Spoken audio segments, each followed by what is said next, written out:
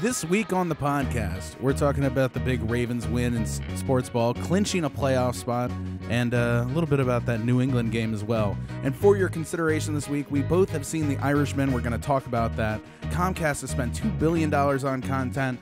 Disney passes $10 billion for the year, and the Golden Globes are announced, and a whole bunch of other streaming stuff. In the news, Kamala Harris is out, Bloomberg is in, Trump is not happy with the Inspector General report. And are we possibly going to see Sheila Dixon run for mayor again? We'll know more this week. You'll know more right now as the O The Anthem podcast gets going right now.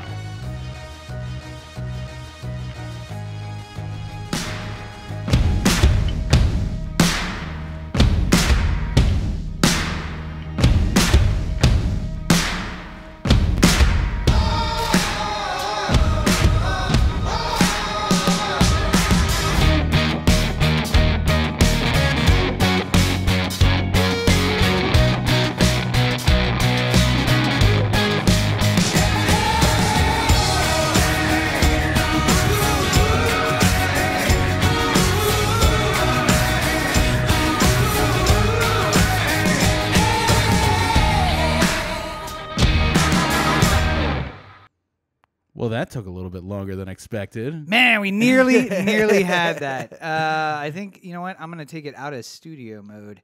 I think that's going to be the problem. Yeah. Okay. All right. We are now live. This is the O The Anthem podcast. This is Corey. Good afternoon, everybody. This is Rob. Welcome to the O The Anthem podcast. I think this is episode 298? Yeah, something like that. Yeah. Somewhere up there. Oh, nearly 300.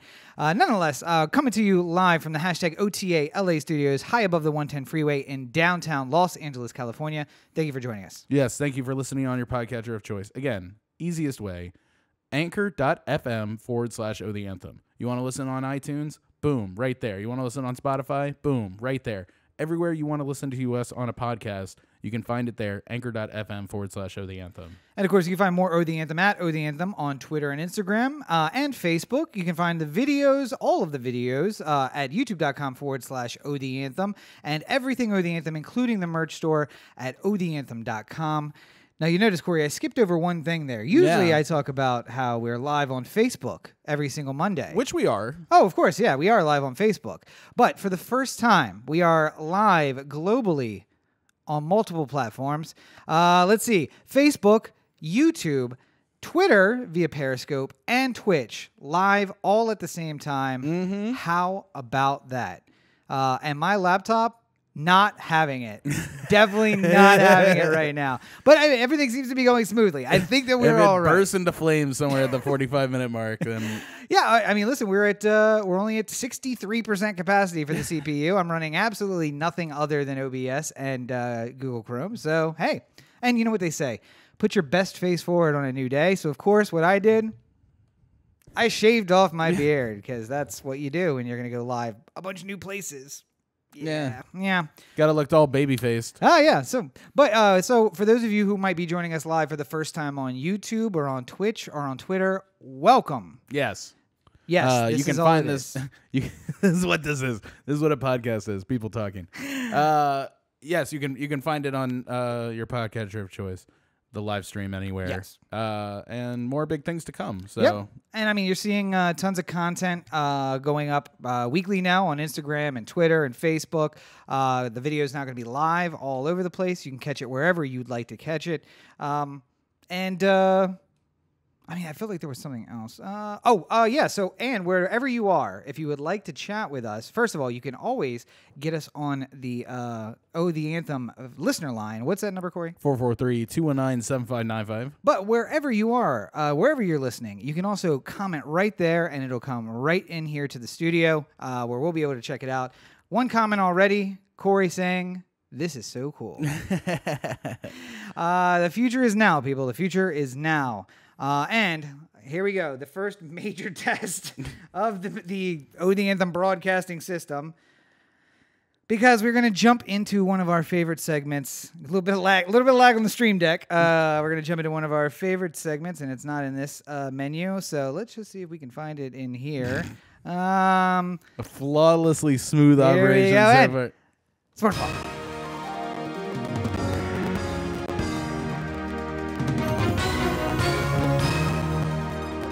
You know what is a flawlessly smooth organization, though? What's that? The Ravens right now. Oh, winning clearly. game after game after game. Yes. Against good teams as well, which is always nice. Yeah, it's always a good season when you're beating somebody. It's always better when you're beating a good team. I was talking to Brendan about it. I was like, we can't get ahead of ourselves. We got Buffalo this week. Yeah. But then after that, we got the Jets and the Browns and the Steelers. And, Yeah, don't sleep on the Browns. I mean, they could, show up. Start hitting people with helmets. I mean, you never know. Never know what might happen. Might have to preemptively take Lamar out early. Don't let him play the last play of the game. Speaking of which, so Posse League, I am in the consolation bracket. Yep. I got my bye this week in the consolation bracket. You played this week though. No. Oh no, you had a bye. I had a bye as well, but in the yes. winners bracket, the championship bracket. Yeah. My work league. Still, this is the last week of the season, which means that the championship round is going to be week 17. Week 17, and I don't know who planned that out, but I feel like it was the guy who's joining me at the bottom of the bracket for our league. Now, here's what I'll say: we have less playoffs because we're already divided East-West in the league itself. So it's really going to be East-West championship. No, it's not week 17. It's 16 because it's East-West championship series, the 1-2, and then the best of the 1-2. Okay. So I guess it's still week 16.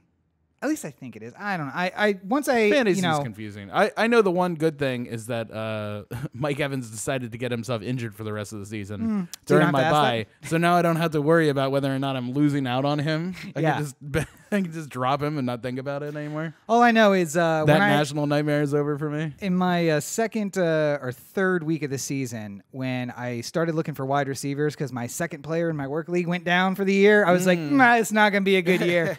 Not going to be a good year for fantasy. And it's worse. The Posse League's bad. We have like a Facebook chat. We talk about stuff. It's worse at work because it's just like you see the people there. Yeah, and I came in, like people were coming in and they were like, "Did you lose a third person to the IR?" And I'm like, "Yeah, that happened." And then tight end, I have Hawkinsock. What's his name? Hawkinson. Which and he turned out not to be the sleeper that I thought he was going to be. He did really well at the beginning of the season and then fell off, but he makes like my 9th or 10th person on the IR this season.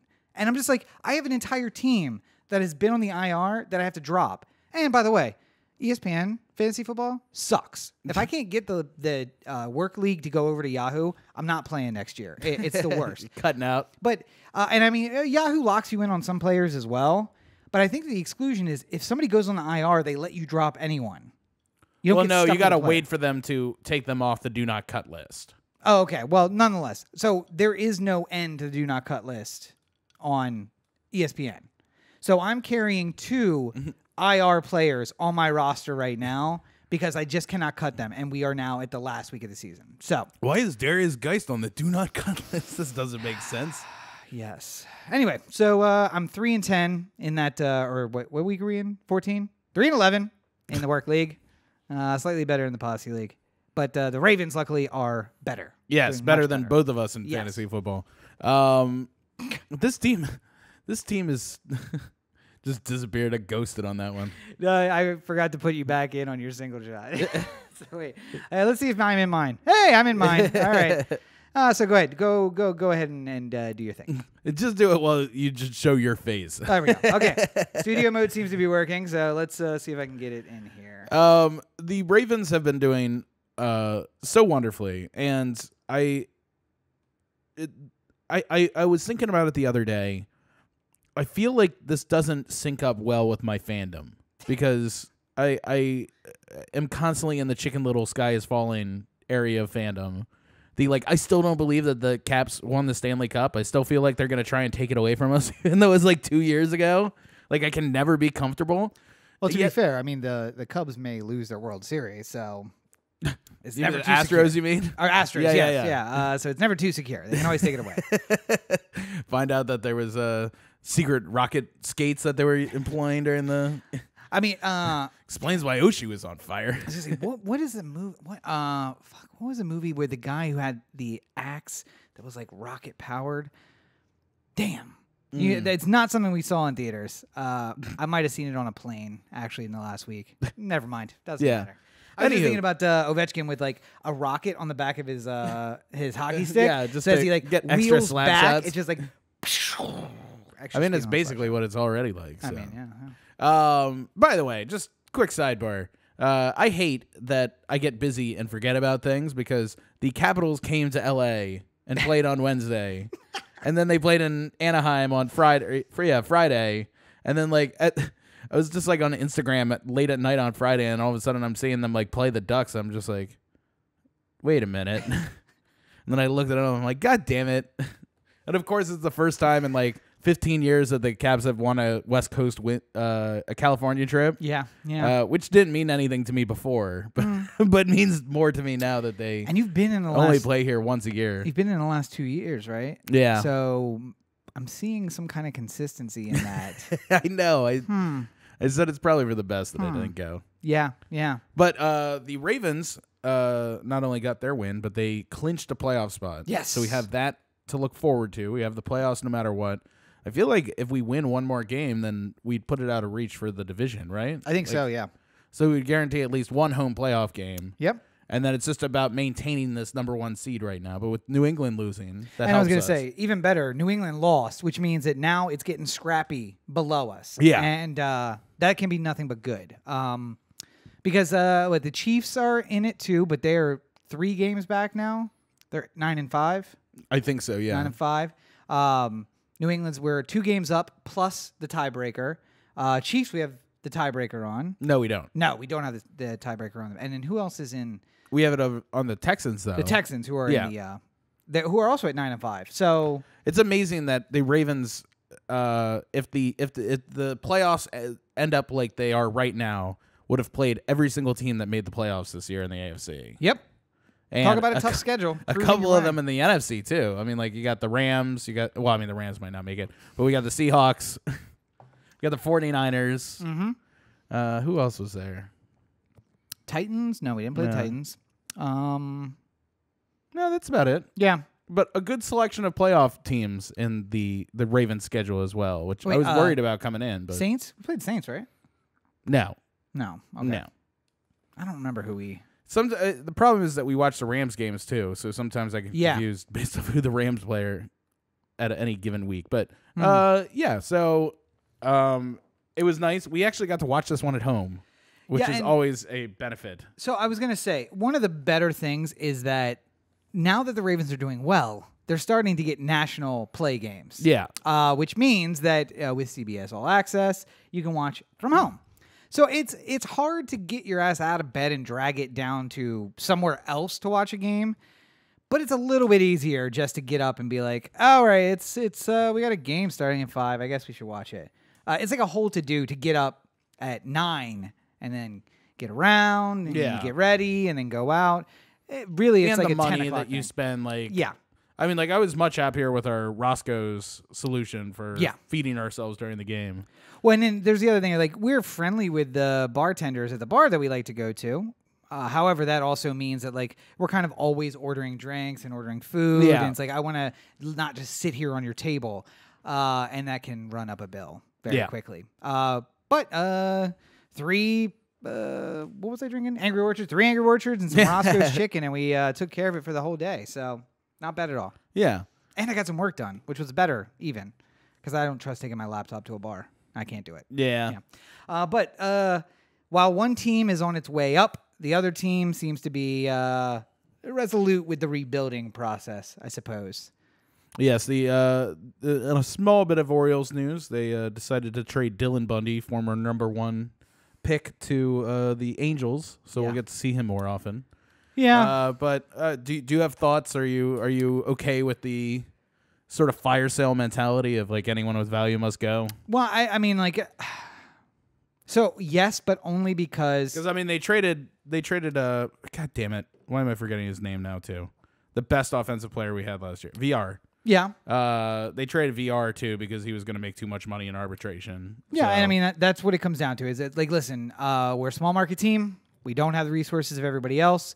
You can't go into a rebuilding period and then try to hold on to these guys who have just too much money that, it's not going to be worth it. Because honestly, I think what happened during the late 90s, early aughts, and then again in the late aughts is that we tried to do that. Like the Albert Bell period, where it's like, we're going to keep Albert Bell and we're going to build a team around him. Yet he takes up too much cap space. Or not cap or space, like but we're going to sign Javi Lopez and Miguel Tejada in the same offseason because we're serious now. Yeah. And it's just like, well, there's still 7 other positions. Yes, and we have no be. money for any of them. Yeah. And nobody is playing, what's that movie with Brad Pitt? Moneyball. Nobody's playing Moneyball in the clubhouse. It's just, we got 2 big players. Okay, great. Who's going to play the other 7 positions? Like, all right, what do we got in Norfolk? What's going on? But, I mean, yeah, it's if you're going to do it, do it. I was a fan of the 97 Marlins because they came into the expansion draft and just basically like, the guy was like, all right, blank check.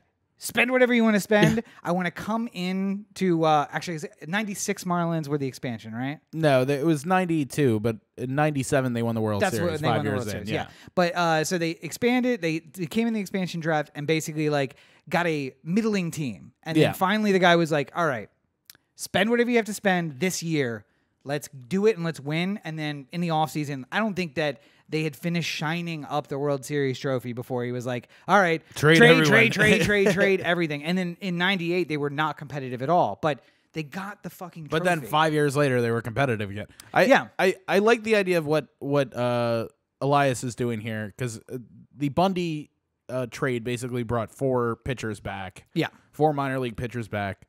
And I feel like Bundy isn't going to be on the team when the team is good again. Yeah. So therefore, you might as well get people who might be good, might be Bundy level by the time we're ready to be competitive again. And just more shots at it is all it is. It's just like you can't have too much pitching. Like you can just load it up with as many good people as you can get. And it's the Manny argument. Like we got a lot of farm talent, for somebody who was definitely leaving at the end of the season. Yeah. And with him on the roster, with what we would have had to pay him to stay, you don't have the money to rebuild.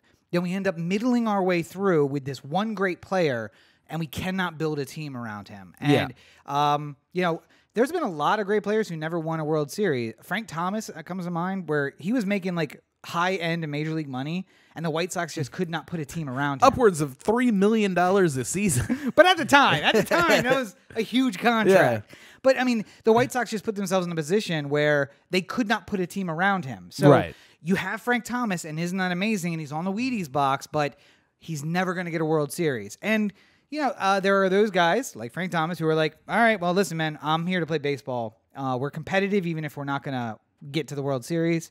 I'm fine with that. And I'm fine with being like a role model for people. And I like the city of Chicago, I guess. Like whatever motivations they have. And today, that's not how people play. Today, it's like, I got 10 good years. I want to get in while I can. And I'm going to do the whole thing. So I think it's a smart move. And, if we have anything else of value, the catcher who is like kind of bouncing back and forth between the majors and Norfolk. That's where I'm kind of like antsy drawing the line. Because I feel like he's still at a place where we can hold on to him and build a team that he can be on. But if there's somebody on the Major League roster who has value, trade him. Let's get something in. And let's see if we can make the best AAA team possible. Mm. Because that means 2 years from now, we're going to have a really competitive Major League team. Yeah. Also with some, moves in the next couple of years of bringing people in.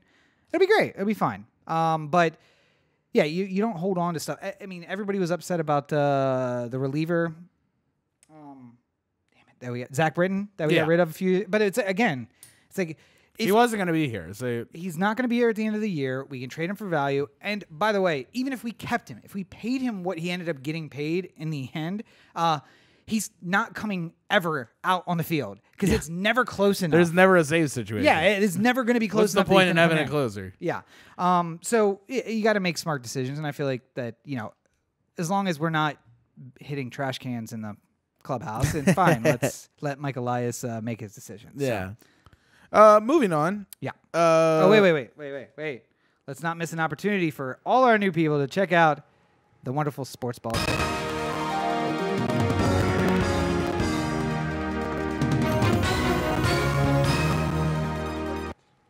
Realize the AC is AC's still on.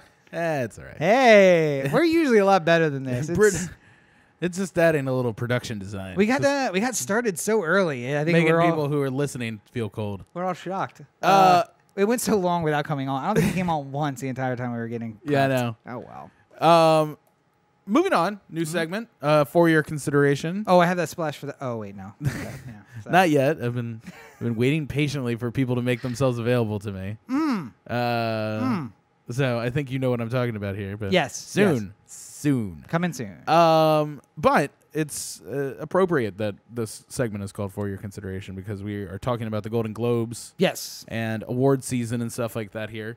The Golden Globes were announced this morning at 5 a.m. Eastern time, or 5 a.m. Pacific time. Yeah, as they do. Because they want to punish us all who live in Los Angeles. Yeah. Big winners as far as nominations go: Marriage Story, The Irishman, Once Upon a Time in Hollywood, Chernobyl and TV, The Crown, Unbelievable. It's interesting that the Globes separate the things in like drama and comedy and stuff like that. So there is, 10 Best Picture nominees here, but split amongst 2 categories. Right, yeah. So just reading through them all, 1917, The Irishman, Joker, Marriage Story, and The Two Popes for the dramas, musical and comedy, Dolomite Is My Name, Jojo Rabbit, Knives Out, Once Upon a Time in Hollywood, and Rocket Man. So what was the first one on that list? 1917. Of the drama list, sorry. Oh, Dolomite Is My Name. Yeah, so I think that's the only one of all of those that I have not seen. I saw that one. And that's on Netflix too, right? Yeah, it's on Netflix. I don't know if I would say that it was the...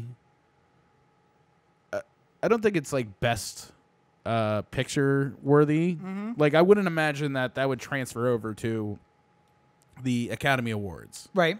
If we're looking at these 10 movies as the potential ones that would get nominated for Oscars as well, I don't think Rocket Man makes it. And I don't think that Dolomite Is My Name makes it. So it makes some interesting conversation about what else could potentially make that list. Well, Joker, perhaps. Here's what I'm noticing. Well, Joker's on the first one. I'm sorry. I'm noticing that... Sorry, wait. I'm still on your shot. Let me go to the 2 shot. I'm noticing some similarities amongst all the movies except for Dolomite Is My Name. Are you seeing the same thing? Lots of white people? Lots of white people. And I'm also seeing that they nominated literally a movie about Nazis. So, do you think there's anything in there that's like, hey, what do we got? What do we got that is possible that we can just nominate so that we don't get a Golden Globe so white? Well, they're not doing a great job of it because... oh, that's right, because Waves... It feels like they have their token person in every single one of these categories, too. Of course. There you go. Thank you, Golden Globes. Let's avoid the Globe so white. Yeah, like I'm looking through, and of the acting ones, literally every single one has one person. Mm-hmm. By the way, I'm super distracted because whatever you have been looking at online, you have a women's underwear ad running next to... yeah, that's probably Rachel looking at underwear on my surface. I just know that Corey really likes full-figured women, and there are full-figured women in their underwear on the side of your screen. I'm just saying. It's very distracting. It's a great year for foreign language film, too. All right, so go ahead. I interrupted you. I feel like it's weird because that does seem out of place. Dolomite, again, I haven't seen it, but I haven't heard it in this discussion. But then it got nominated. And then we talked about in the pre-show, like Waves, not nominated. Right. But I have heard it in the discussion. But I mean, like that. So this is the thing. Like the Golden Globes basically will spell profit or failure for your project if it hasn't been announced yet. Yep. But is expected to be something that is going up for Oscars. So like Waves, we've been talking about here. There's been a lot of talk about Sterling K. Brown being nominated for some sort of acting award. I don't know if he's lead or supporting. I think he's lead in that. Right? Yeah, like it's about the kids. But the movie hasn't come out yet. I don't think. Right? It's it's due out for another week or so. No, it was out. It's one of the 11 from this week. This week. Okay, so it just came out. But I mean, like basically, it's been selling itself as like, oh, this is the awards fair you're going to want to see. This is the one that's going to sneak up on all of us.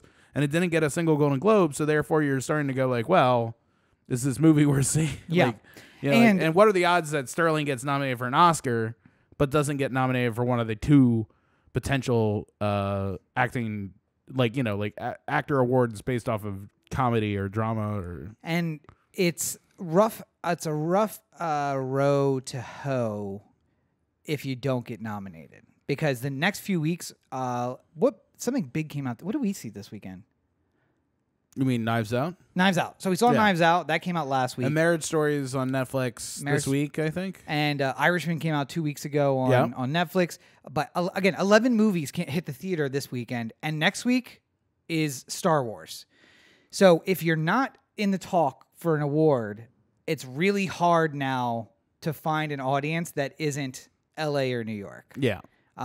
So not great. I mean, I honestly, I feel like maybe they rolled the dice that they were going to get nominated, and they were like, let's put it out the weekend before the nominations and then go with it.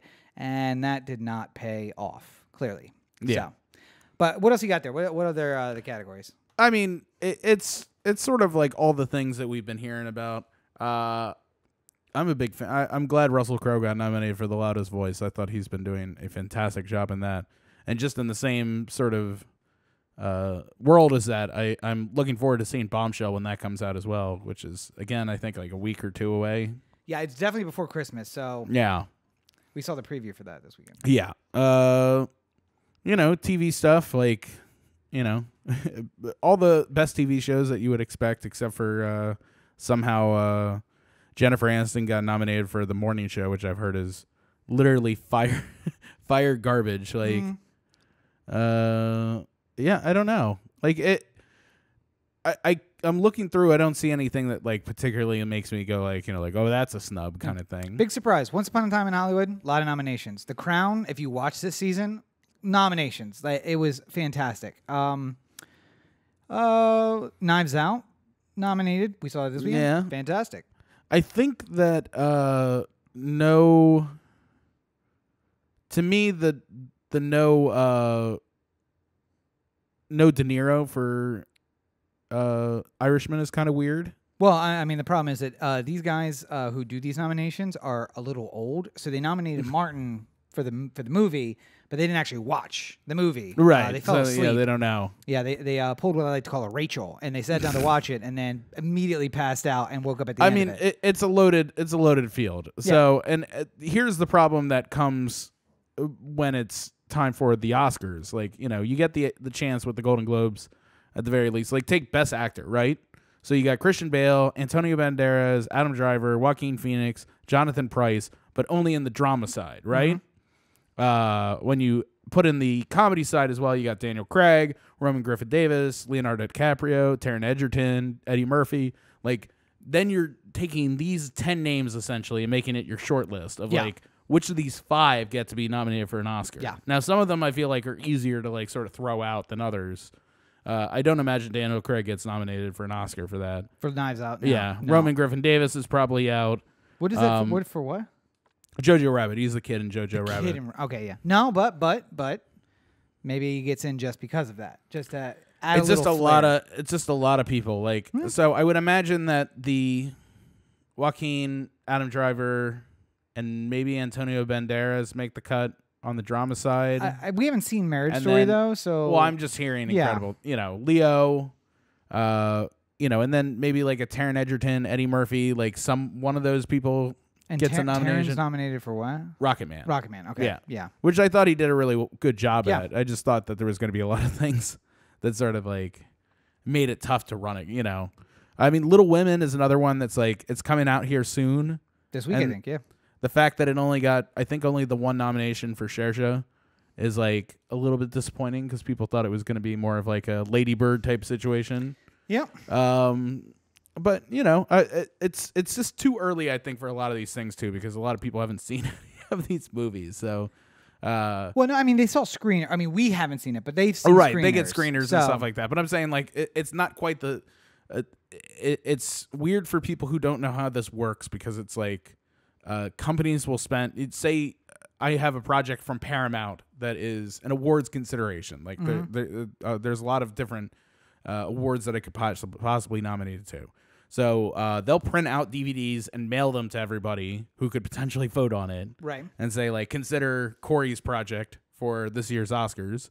And, you know, then everyone who's involved, like, you know, say I directed it and now I have to go out to all these parties and all these talks and I have to, like, go to screenings and do Q&As. Fluffer. You're a fluffer. But, you know, you're going out there to try and, like, raise the awareness of yourself so that you get the nomination and stuff like that. And there's parties and you got to go to, you know, like, Paramount events and sort of say, like, you know, here's the movie. I hope you all enjoy it. Shake hands, kiss babies, all that sort of stuff. Yeah. It's just like, it's very political, but I mean, like, I feel like politics aside, they sort of got this one pretty close to right. So here's a question, though. The field. I'm sure I'm going to look at some sort of list where they're just like, they forgot this important one that Corey really liked. Like, oh, yeah, that's right. Yeah. Oh, shit. So they did.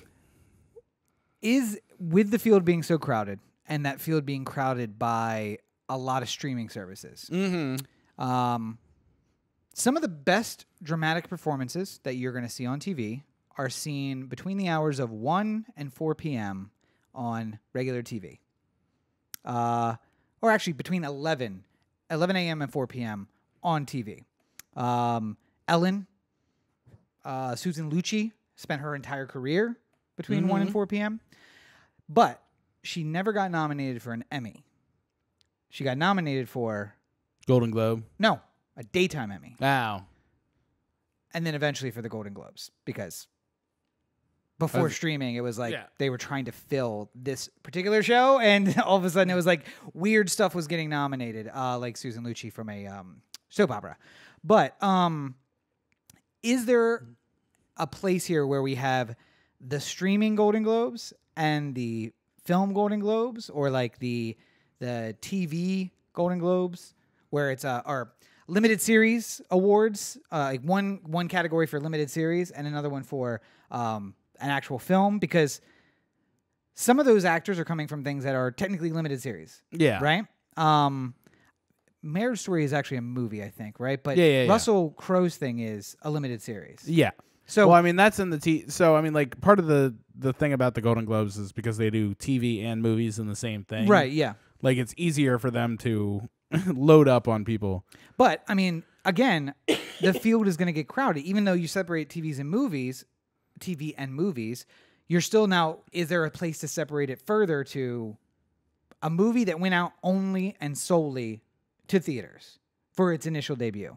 And then that... I just think it becomes too complicated. I think people would rather just... I mean, like, I don't know if... I like the idea of the Oscars being a thing and it being the best of movies. And I feel like the Golden Globes, by being like a movies and TV kind of outlet, is sort of... it makes it feel less important, I feel like, in the end. You know? But then we can't see it as... And I feel like if you did that, like if you had an Oscars where it was just like the movies that we're seeing in theaters versus the movies that we're seeing on streamers. Yeah. And then you have like the streaming awards where it just doesn't... at what point are you making the like what's the distinction, basically, you know? Because then Netflix is going to do whatever that is. But I mean, if it's like it requires it to stick to a 60-day window for theatrical to be considered, they put it out for 60 days. They're going to do that just to get it nominated for the award. And to be fair, they're probably about to own their own string of theaters where they'll be able to put it out for themselves. So I guess we'll see. But I think my problem is seeing it as a qualifier for the Oscars. Yeah, because people will get overlooked here, and like Sterling K. Brown will get overlooked for Waves for the Golden Globes. Now, his chance of being nominated for an Oscar are basically zero. Right. But should that be it? Is this the race that gets you into the Triple Crown? I mean, is this a Triple Crown where, like, well, if you didn't win the Kentucky Derby, it doesn't even matter. Don't go to Belmont. No, I mean, because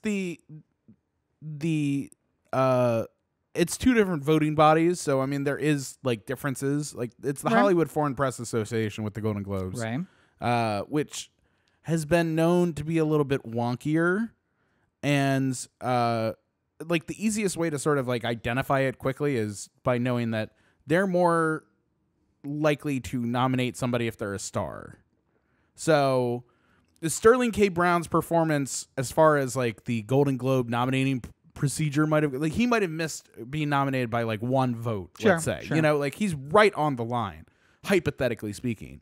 You know, and now he's got to that would have been played in drama, right? Yeah, probably. So I mean, like, maybe he could have edged out like a Jonathan Pryce or something like that. Or maybe Adam Driver did an amazing job in A Marriage Story, but the new Star Wars comes out between that and when I vote for the Oscars, and I'm like, he's just not a good actor.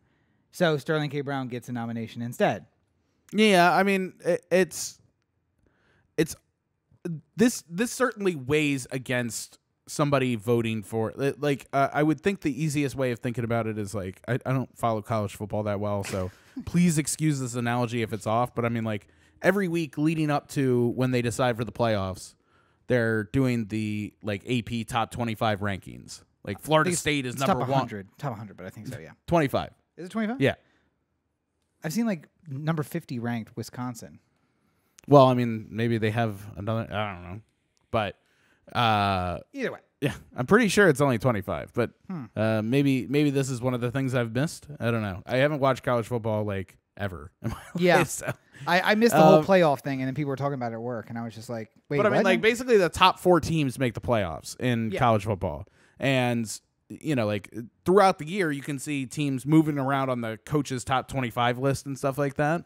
And it sort of gives you an idea of who could be in the running for the playoffs at the end of the year. Right. Now, at the end of the day, the top 4 teams are more, the top 4 teams in the coaches poll are most likely to be the ones that, like, make the playoff system. Right. But, like, you can make if there was another playoff that happened after the first one where they picked other teams based off of some other criteria, other people picked it, then you might have, who would be the 5th seed potentially be number 4 in one poll and 4 in, but like, see, but once you get the first vote out there where it's just like, this person isn't good enough for this, it feels like he shouldn't be good enough for the next one that comes along, See, I think that's an apt metaphor, but I think you're using the wrong part of it because the AP vote is the Golden Globes. Yeah. Because they're ranking them, and that ranking has nothing to do with who makes the playoffs because there's a vote to make the playoffs. So the AP ranking is the Golden Globes, but that will I mean, there's like a lot voting. more people who are involved in, like, by having 2 categories, you open up the ability to have more people seen as potential Oscar nominees. So much like the 25 leads to 4. You open it up, there's a lot of voting, but you cannot tell me that will not influence the top 4 because maybe somebody is 27 who really should be 7 and they should make the playoffs, but for whatever reason, they're not getting the votes in the AP, which means they're not going to be nominated in the playoffs. And that's the problem. Like maybe D1 or D3 Hofstra University is playing their asses off. Oh, wait, we don't have football anymore. Anyway. See, but this is the thing. This is the political nature of the whole thing is like, sometimes I remember Kevin Smith was talking about with Red State, Michael Parks and that. He was just like, man, as far as I'm concerned, that was the best acting performance I ever saw in a movie I directed. And I started asking people, like, what do you do about, how do we get him in the conversation for, like, maybe a best supporting actor or something like that?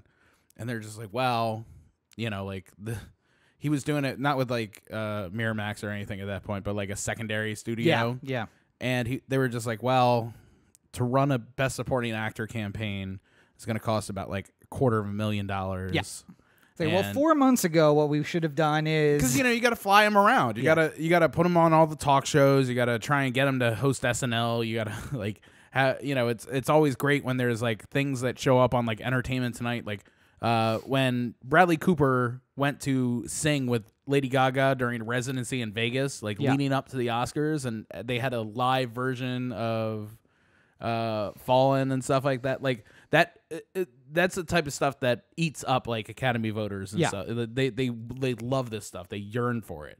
So if you're not willing to play the game, then you have a harder chance. And if you don't have a studio that has money that's willing to put into, and it's just like a presidential election. Like, if we talked about how much money it would take to run in 2016 as opposed to 2012 as opposed to 2008. Like, it's the amount of money that it takes to even be considered a candidate for president is now escalating into the hundreds of millions of dollars. So one final question. Will it ruin my career in this town for me to call for an abolishment of all the award shows? No. I mean, I think there's a lot of people who have had fine careers saying that, they don't care about awards. So one day when I'm now the name I think the thing is Robert Evans. I think the thing is, would you want the potential? The hurting your career part is just sort of like the. Do you want to have like a long public stance against these records and then have to be running for one, and then everything you talk about is like, you're like, notably on the podcast, you talked about how the Golden Globes could shove it up their butts. And then it's just like you have to go like, yeah, about that. I was on a lot of Percocet at the time. No, I mean, I think that it's like, listen, I mean, I guess probably part of my contract would be I would have to go out and sell the damn thing for the award shows, right? Like, there's no other option. I mean, the good news is that writers don't usually have to like go out and do this sort of stuff. I mean, like, I get it's not Kevin quite Smith the same as like being an actor. Like, Kevin Smith was there as the director, and the producer. I mean, like, so Adam Driver's next couple months are already fully booked with things that he's gonna podcasts he's gonna have to be on. He's gonna have to host SNL. He's gonna show up on like a whole bunch of like he's gonna be on Ellen and every talk show imaginable. They're flying him everywhere. All he's doing is talking about Marriage Story and the same 15 stories that he's going to tell about the experience the whole way through. I hate it. It's just part of how it is played. And he's going to have to show it, like much like running for president. He's going to have to show up at like parties at people's houses and just sort of shake hands and like curry favor with people who might be able to help him in some sort of way, win a statue. Like it's all addendum to that. Is there any way I can involve guillotines in this discussion? I guess you could make a movie about guillotines. I mean, much like the presidential discussion, I feel like we can just bypass the whole process with guillotines. Is there any way we can bypass the entire, Oscar process? Let's not get too far ahead of it because Comcast and their Peacock service is going to be spending quite a lot of money. So okay, fair enough. So maybe we should play nice for a little while. Very true. Comcast. Boy, do I have a show that'll win you an Oscar. I mean, don't send me out on the... I feel like I'm very personable. I'd be good. Like, Ellen and I would have, like, a good, repartee.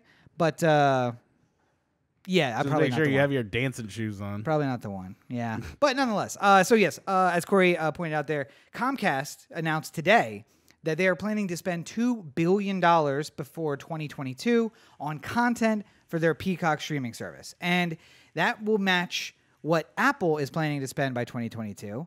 It will also match the Netflix most recent debt expenditure or whatever, collection. Not debt collection, but like, what do you, oh, man, I am debt to asset ratio or something? Just like they did a whole thing of like, hey, we're going to take on some more debt right now, and they got $2 billion for that. Apple said they're like funding, like the funding round. Apple said they're going to spend $2 billion by 2022.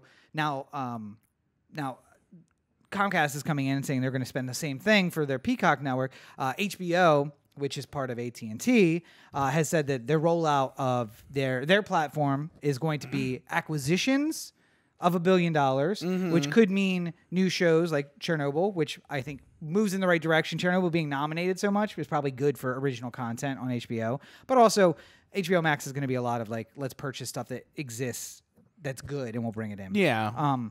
But yes, it's good for everybody. Well, it's good for all writers. But this bubble has got to burst at some point. I disagree. Really? Yeah.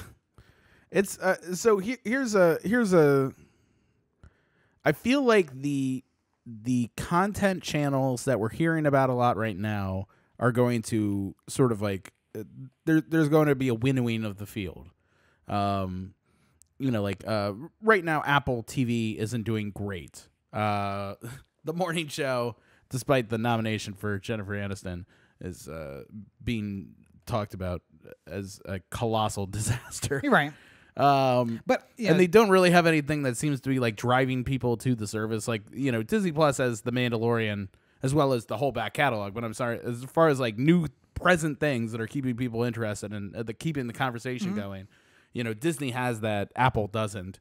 So there's a thing like, like at a certain point, like where Apple just loses money, do they just call it quits at some point? Well, and well, number one, by the way, I'm paying $6.99 a month for The Mandalorian and Simpsons at this point. Like, I literally only go on that platform for The Mandalorian every week, and then when I get sick of falling asleep to The Office, or I realize like, okay, no, I remember this one, and then I like go out to the menu, and I'm like episode, and everything I see on the screen, I'm like, yeah, no, I like fully remember these.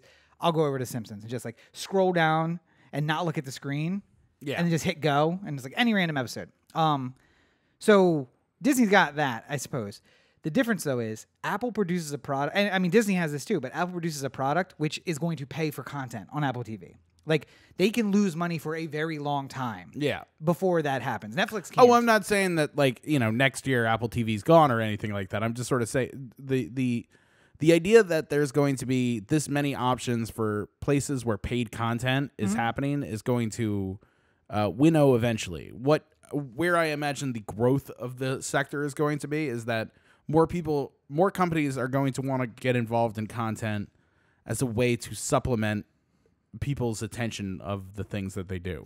So, I mean, it'd be the type of thing that, like, 10 years from now, there might be some sort of place like, you know, Coca-Cola.tube.com or something like that, where you can go see all this great content that Coca-Cola has put together for you.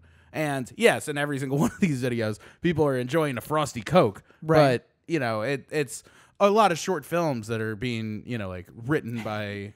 It's the opening at underprivileged people from all across the world, and, you know, this is part of Coke's global initiative to bring people together and stuff like that. Yeah, if you go to Regal theaters, you can see some of them. They is it Regal? Yeah, that does the Coke. USC students. Yeah.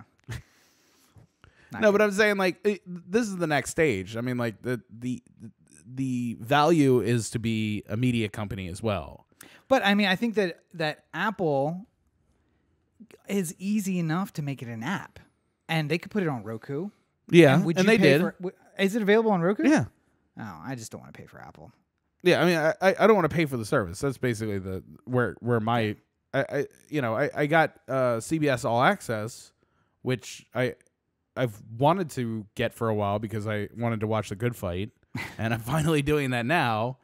But it's the type of thing where I'm just like, it's not worth it for me to have a subscription all the time to this. I'm just going to watch The Good Fight, cancel my subscription, and then when they release more Good Fights, I'll watch that. So yeah, I would also wait until if they were going to do, like, some of these streaming services are doing weekly releases. Like Mandalorian is doing like every week. Yep. A new episode is dropped. So frustrating. So I mean, like, if CBS All Access did the same thing where it was just like every week we're going to drop a new Good Fight, I'd wait until the entire season was out and then subscribe again, watch it all, and then cancel. I mean, like, it's not worth it to me to, like, support this thing all throughout the year, you know? And that's where they keep getting me, because I was gonna get Jordan Peele's Twilight Zone. I was gonna get, and then they announced the first new Star Trek show. Yeah, and I was like, all right, well, I'll wait for that. And then right around the end of that, they were like, oh, Patrick Stewart's new Star Trek show, coming in the spring. And I'm like, all right, so I'll just wait till that comes out, and then I'll binge all of the Twilight Zone, all of the Star Trek, and the new Star Trek all together in one place. And like, what they're doing, though, is they're getting me to the point where I'm going to say, you know what, it is worth it. I'm waiting for all of these things. I might as well just get the platform and watch it there. Yeah. So maybe it's not a bad ploy, but I do think they're going to run out. I mean, they don't. CBS doesn't have my shows. It's old people TV. So, yeah. Star Trek and old people TV.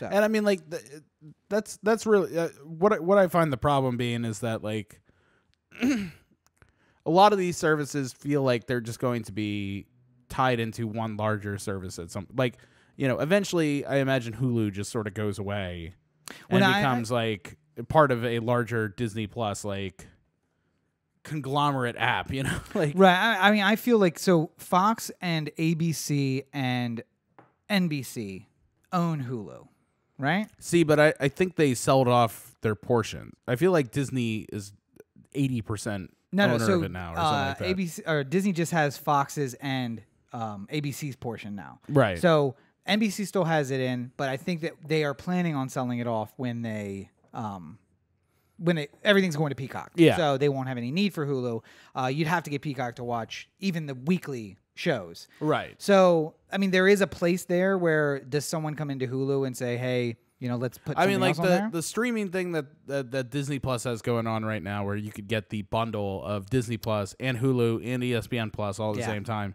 makes a lot of sense for, like, where I think this is going, where you could have your individual streaming platforms And you could subscribe to, you know, if you didn't care about anything on Disney except for ESPN, you could just do the ESPN Plus by itself.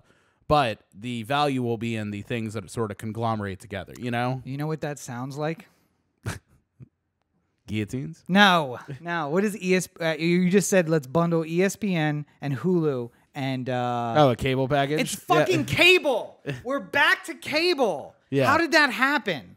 Well, because Disney owns 95% of everything that's put out now. I think the problem, where I hope that a lot of these services end up going is, I think CBS All Access would be the type of thing that I'm subscribed to all the time if it cost $2 a month. Yeah.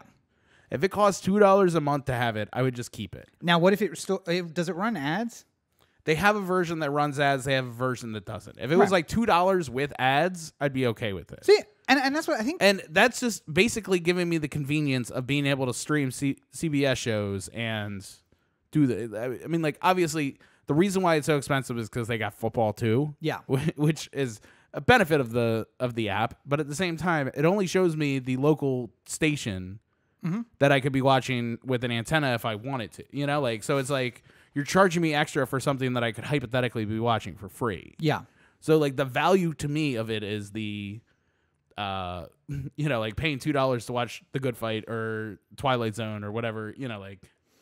And I feel like eventually a lot of these services are going to realize that we're not as premium as we think we are. Yeah. And you're going to get services that cost less money.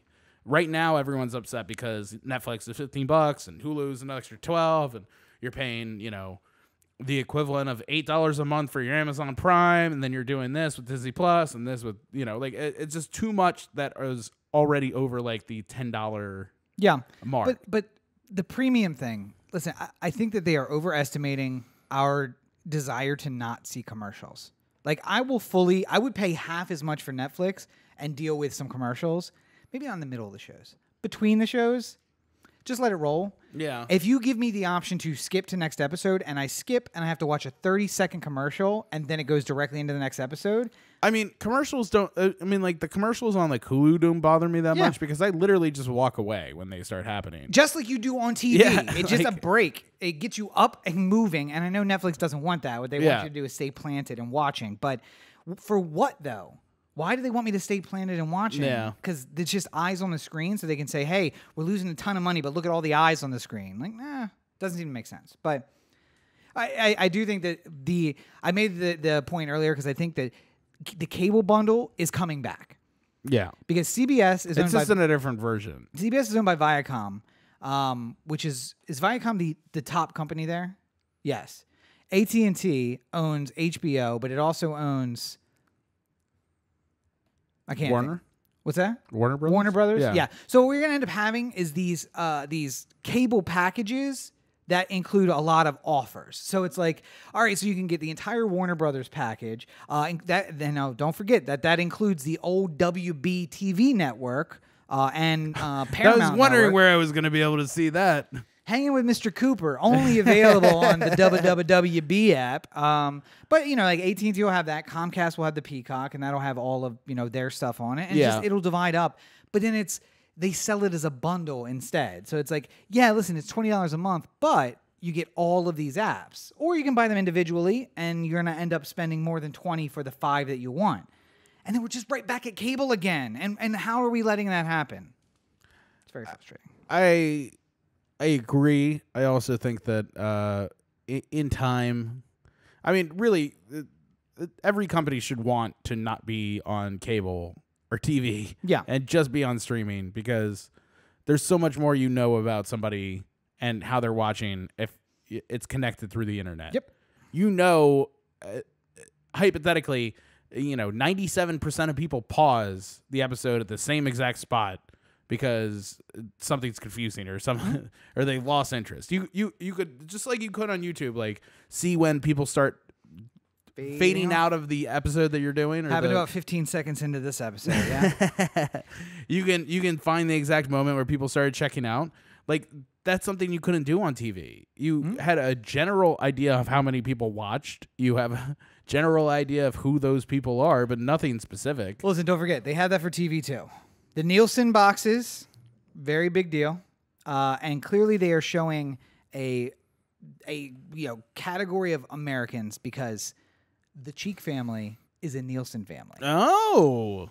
See, but the thing is that you're the Nielsen box essentially with you guys includes a 70-something-year-old man True. and a 60-something-year-old woman and a 30-something-year-old guy and a 30, I mean, not really. Well, I mean, like no, but I'm saying like hypothetically, and a baby. There's a baby there, and too. there's a baby. So I mean, like the information that gets it's a lot of blue bloods and Kardashians, and here's it's just the it's problem. just like at the end somebody's going like like wow, he likes the Kardashians and blue bloods. So here's the thing. The new thing about the Nielsen boxes, though. So it assigns everybody a number. So when my dad's watching, he hits 1, enter, and that means he's watching. If they're both watching, he hits 1, 2, enter, and that says, hey, we're both watching.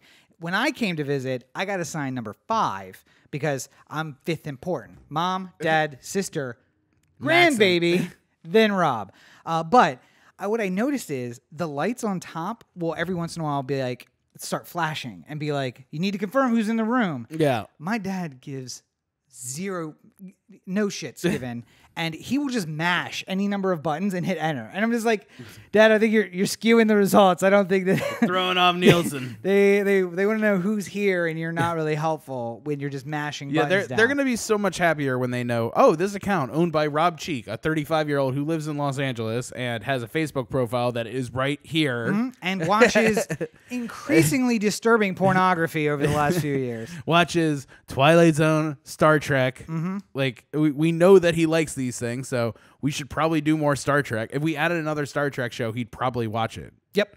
And then they can see you actually watching the new Star Trek show. Like that's all part of the fever dream of where this is going. And by the way, you have to break away from cable. And my company is starting to do media sales now, and I can tell you the other thing we want is to be able to go to, I don't know, a webcam company and say, hey, there's this guy who's been searching for webcams online, and he also watches this show religiously. Yeah. And we have a pool of, 20,000 of these guys. Don't you want to run an ad against our program? Which is another benefit of being online that you don't have even with a Nielsen. Well, I mean, like, back in the day, you used to have like a humongous number of people. If you were a show on NBC and you didn't have 10 million people watching, your show was canceled. Like, it's one of those, like, now I don't need to have a show that has 10 million people watching. I could have a show that has 10,000 people watching, but if it's 10,000 people who are like really super engaged and willing to spend money to support it, it doesn't really matter, like. Yeah. Have you heard that story from Caroline Ray? No. Do you know who Caroline Ray is? Yeah. Like, so she's in Back to the Future. She's the mom in Back to the Future. Right? Mom? Yeah. No. Yeah. No.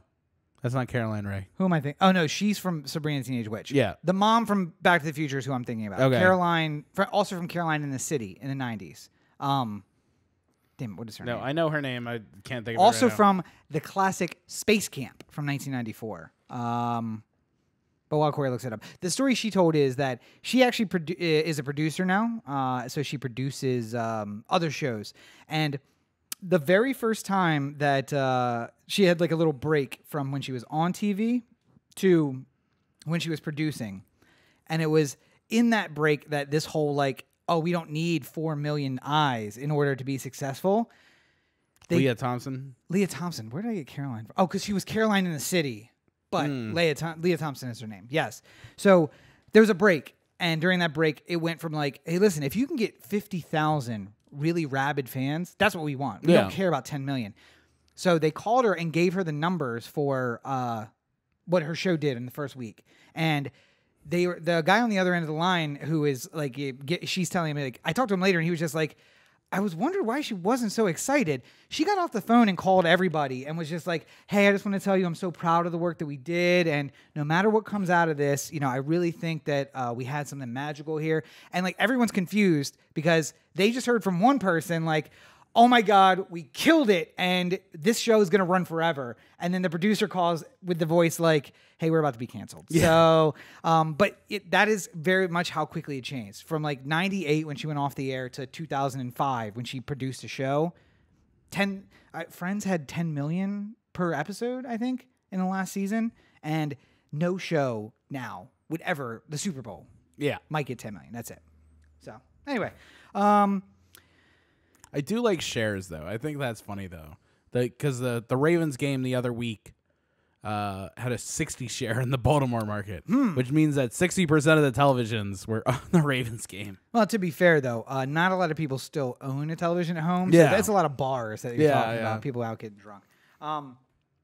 So what do you want? I mean, we're at an hour and we got a lot on the agenda. What do you want to? Should we just fire through these? Yeah, let's just do. I mean, like it. Well, let's see. Is there anything here where we need like more than a couple seconds to talk about? Now let's just roll down through the news, and I want to come back to the top again. So roll down through the news. We're gonna skip to the news section. Okay. And lightning round. Go. Kamala Harris is out of the presidential election, the Democratic primary. Womp. Mike Bloomberg is in. He spent something like $16 million in TV ads. I do not approve this substitution. I don't know who said, hey, let's substitute Kamala Harris, take her out and put Bloomberg in, but I'd like to talk to that person. I don't think that Kamala Harris deserves to be the Democratic nominee. Yes. But I definitely don't want Bloomberg to be it either. So that's that's unsettling a little bit that he's sort of coming in at this point and just sort of, Money for lack of a better term, carpet bombing the entire primary process by coming in with money at the end. Buying his way into the primary. That's what he's doing. Well, and speaking of unsettling, story out of Florida. Police chased some armed... there was an armed robbery at a jewelry store. The guys hijacked a UPS truck and went on a high-speed chase.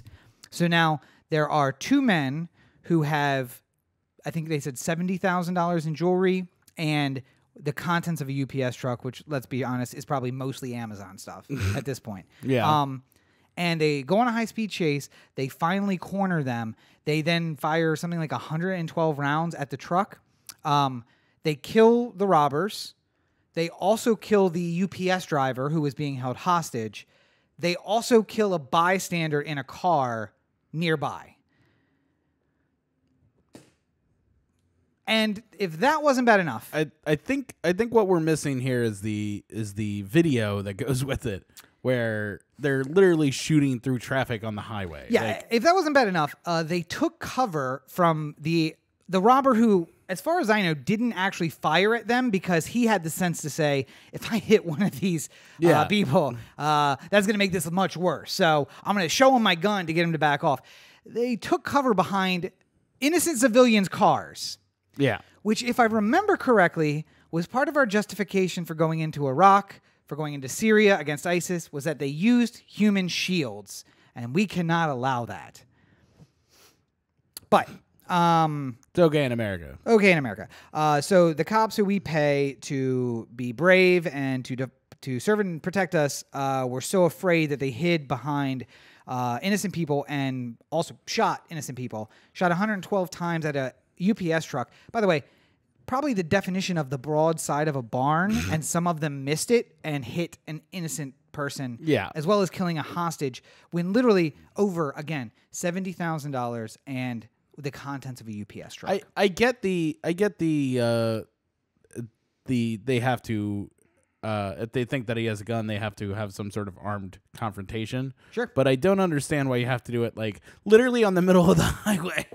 Like that just seems like all I hear is like, because there's a lot of freeway chases here in LA. Yeah. And I feel like all I hear is like somebody from the helicopter doing the play-by-play of the car. Calling the streets. Going through the streets and stuff like that. And then he'll every once in a while throw out a little something like, you might be wondering why they don't do the spike strips right now, but the reason is because there's too many pedestrians in the area and they wouldn't be able to get a clean rip on it. Or could whatever. lose control and flip over. And And they're just like, so they're doing the math of where would be a good place to do a spike strip, but they have to sort of see where his trajectory takes him and blah, blah, blah. But, like, it seems weird to me that, like, the guy in the helicopter knows, like, all these, like, when they can and can't use certain types of force. And on the highway, just parked in the middle of gridlock traffic doesn't seem like the time or place. Yeah. Meanwhile, there was a game back in the early 2000s called Game of War, or Gears of War, that one of the moves you could pull when you started to get overwhelmed was you didn't have to stand up to shoot. You could just put your gun up over the wall you're hiding behind and just shoot. And I feel like, given the spray of bullets and the innocent people murdered by the police, that there was at least one cop who literally just reached up over the hood of a car and just started firing his gun generally in the direction of a UPS truck. So America. Anyway.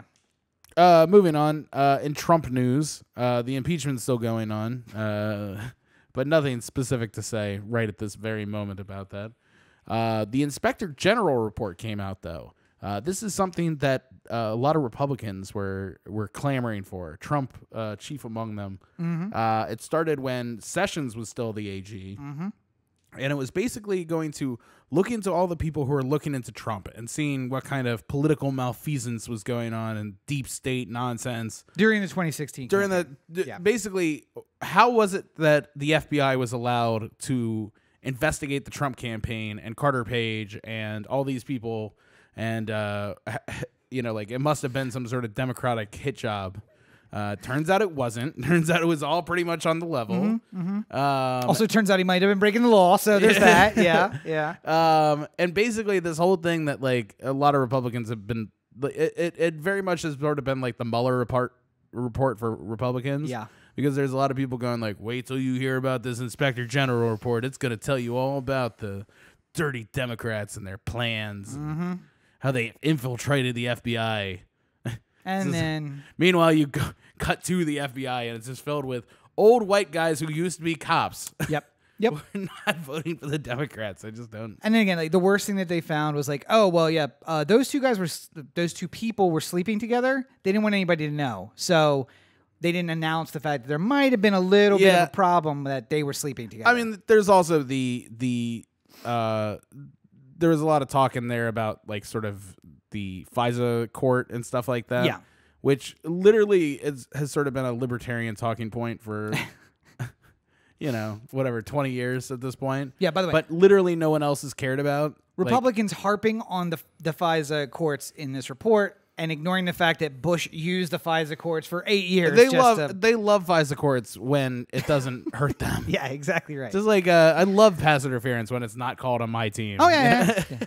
Why would you even challenge that? That doesn't make any sense. It's clearly not. And one other little point for Trump, which is surprise to no one, because he's become the center of everything in the news cycle, and yet nothing getting accomplished. He has basically stopped doing the job of being president. And basically, I feel like we may have had the last domino fall in Europe, where he saw other world leaders making fun of him, and he basically said, I'm going to take my ball and go home. And he did. And now he's basically sitting in the White House watching TV and tweeting 24 hours a day and not actually doing the job of being president. Yeah. So, election in a year. He's out of office in 18 months, so that's coming. And tomorrow is when they're saying that the articles of impeachment will be released. Yeah. So I still don't know how I feel about them trying to get through this thing. So I mean, I get where they're coming from in the fact that they want to sort of move on because they don't want it to drag on in the American consciousness and stuff like that. But I feel like the Senate part of this surprisingly sounds like it might be a shit show because Trump, rather than just taking the win and carefully going away or shutting the fuck up and taking the win and leaving, he's actually apparently going to try and use the Senate part of this as an actual trial where he calls Joe Biden, Hunter Biden to testify on the record and stuff like it.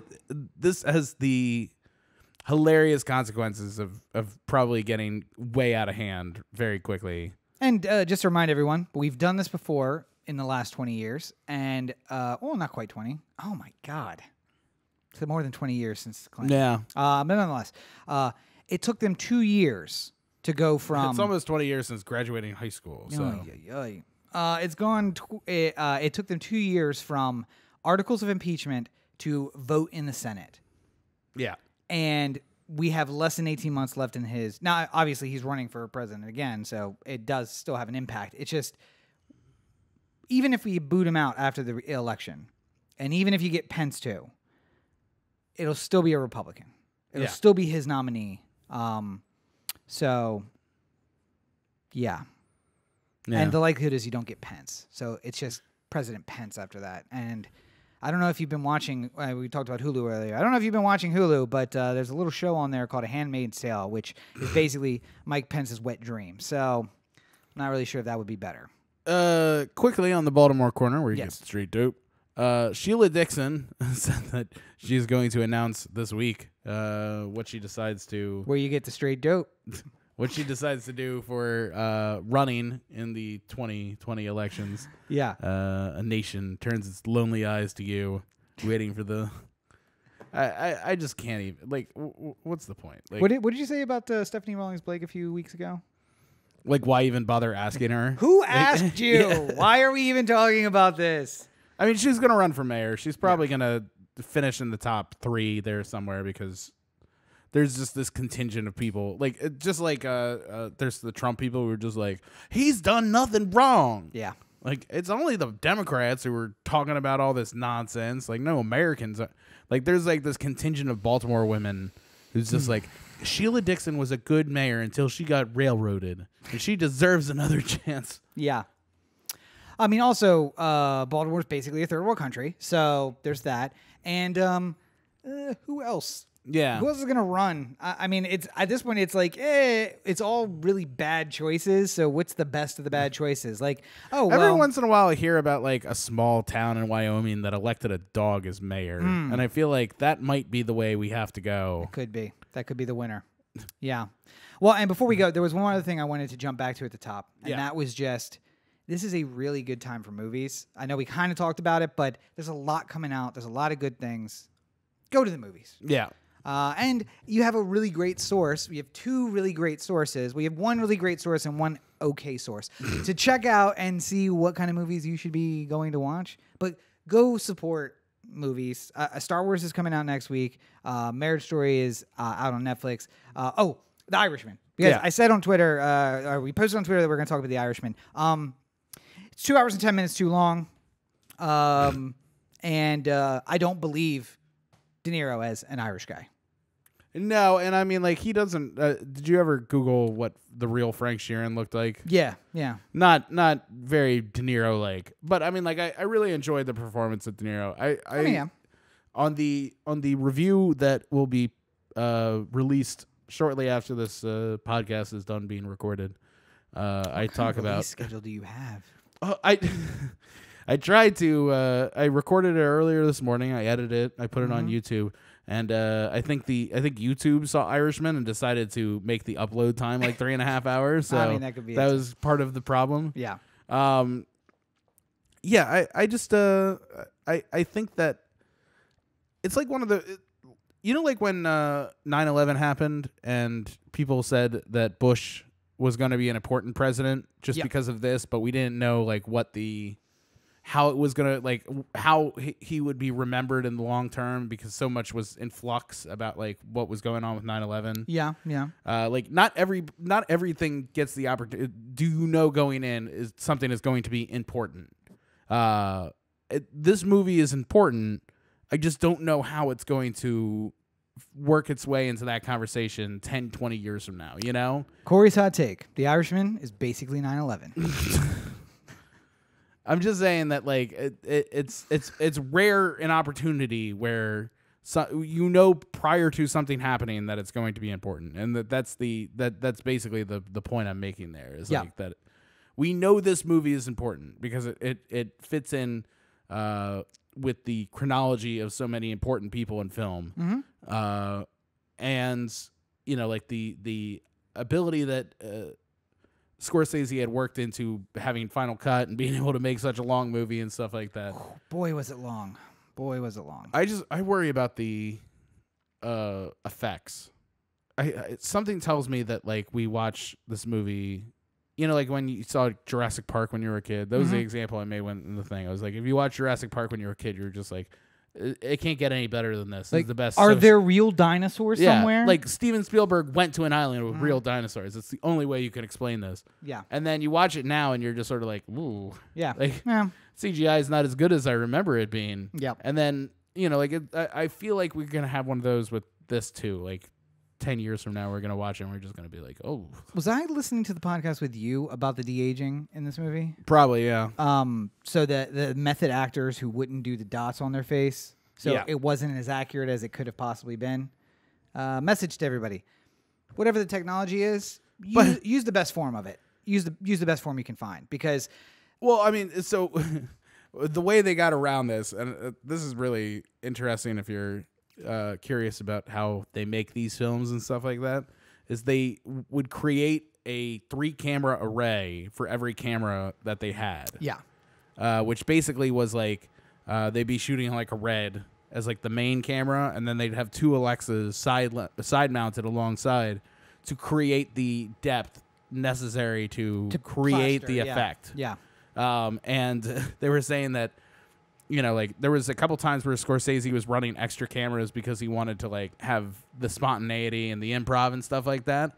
So there was one moment where he was going to shoot something with 3 cameras. Mm-hmm. What would normally in a normal movie be 3 cameras, but because every single one of them had to have 2 cameras on the side of it, it was a 9-camera shoot. Yeah. For like particular parts of this movie. And that's just like crazy. And because it's 9 cameras, you have to have 9 people who can operate the cameras. So you have to have 9 first assistants. You have to have 9 camera operators. You have to have 9 second AC. You know, like it keeps escalating. You know. Yeah. Can you imagine the guy walking down with the clapper? Yeah. Yeah. It's not a clap. What is it? It's slate. Slate. And just like, all right, guys, you ready? All right. Sound speed. And then somebody wakes up, they fall asleep in the back, and they wake up and they're like, yeah. Good performance, Bobby. Like, oh my God.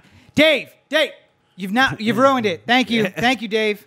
All right, start start from the top. We do that to people at work sometimes. When somebody falls asleep, we'll just like everybody will be like, yeah, all right. And you see like, yeah. I would love if they to see the sound guy who just like showed up that he just sees the array. It's gonna be easy. We're gonna run a couple extra cameras today just because we're worried. We wanted to catch these improv moments, but there should be space for you. It's like, okay, how many cameras are we running? 9. Okay. Excuse me. Okay. Excuse me. I have to call half a dozen friends of mine to come help me. But my point on that was you should use, and I understand that these actors, there's no way you could have convinced them to, but use the best form of the technology, because my biggest comment on it was not that De Niro didn't look Irish or that they had the same nonsensical conversation like 9,000 times about like, go to the place and do the thing. Go to the place and do the thing, which I get. It's a mobster movie, so like that's going to happen, but it happened a lot. But it's that I could pinpoint the point at which they were the age they are now, and everything outside of that was not great. What were your thoughts about the stomping, the hand stomping? Well, I talked about that. It's the hardest part of this movie is the fact that our 3 leads are in their 70s, and they just do not have the ability to physically look like they're like. There's talk about like the uncanny valley and stuff like that, where things become so close to real life that they're not real life. This is kind of like an opposite of that, where it's just like it looks so real, but at the same time, it looks like a 70-year-old man trying to stomp somebody. Yeah. That like I'm having the opposite effect, where I'm just sort of like something's broken in my brain. It'd be like if you know, we were just like walking to the elevator or something like that, and I'm just like, hey, cat, follow me. And then I just started running, and I was going 50 miles an hour. You'd just be like, something is not right. My brain just broke. I went back and watched that scene twice more because I am 100% certain that there was a green, like a chroma key brace of some variety holding him up. Because the angle at which he's like taking, there's just too looks many. Like he's leaning on something, and there's nothing there, obviously. There's just too many times, like, you know, he's like going up the rocks to like, all these things made me uncomfortable. You know? But by the way, but I did love Pesci, like when right at the end when he was playing like super old, like just about to die old, and he's like he's got the shakes and stuff like that. Like that was like some primo acting right there. And that's the thing I'm a big fan of Pesci in this movie. We don't see him enough. He needs to do more things. I like Joe Pesci. But, so you know, like this is the thing. People are going to be talking about this movie for like the next 40 years. So yeah, But check it's an out a important review movie. to We see know whether that. or We not- know that it's important. That's Yes. something where we don't usually get that opportunity. Like Corey's pointed out, it's going to be like 9/11. The Irishman, just like 9/11. Corey Man. Baker. You know what else is important? What's that? OTheAnthem.com. Corey to OTheAnthem.com. O The Anthem on Facebook, Twitter, Instagram, and the listener line 443-219-7595. What's the number again? 443-219-7595. You can find more of me at my website, CoreyBakerFilmmaker.com. The new review for The Irishman is going to be out by the time you hear this. So go check that out as well. I will have Knives Out on Thursday. And hoping to see a lot more this weekend because the awards fair is coming out fast and furious. And that's not to say that the awards fair will be Fast and the Furious. It's just a expression. I mean, it should be. Clearly.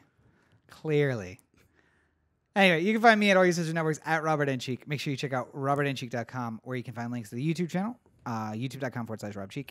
And you can find links to the books, which are available on Amazon. Buy Rob's books. Thank you. But make sure that you check out the Everyman movie review. I got Knives Out coming out on Thursday because somebody's copying my release schedule.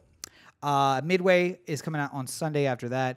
And I do think I'm going to do a bonus for The Irishman because I don't know where it's going to fit in. I have a plethora of videos now. It's becoming a problem. I'm going to have to start posting more often. But also, I reviewed the usage of the AMC stubs, which, by the way, I did a review of, and that's available on the YouTube channel as well. I did a review of AMC stubs and how it's helped us see more movies. But we are underutilizing, and Yes. we need to start utilizing more. Oh, I'm 100% fine with that. Now, to be fair, as I pointed out in my review of AMC stubs, our one viewing of Prime for Knives Out paid for the whole month. So it doesn't really matter. That was a $24 ticket. But we still should see more. And there's a lot of stuff out there to go see. And Star Wars this weekend, right? You're excited about that? Yeah.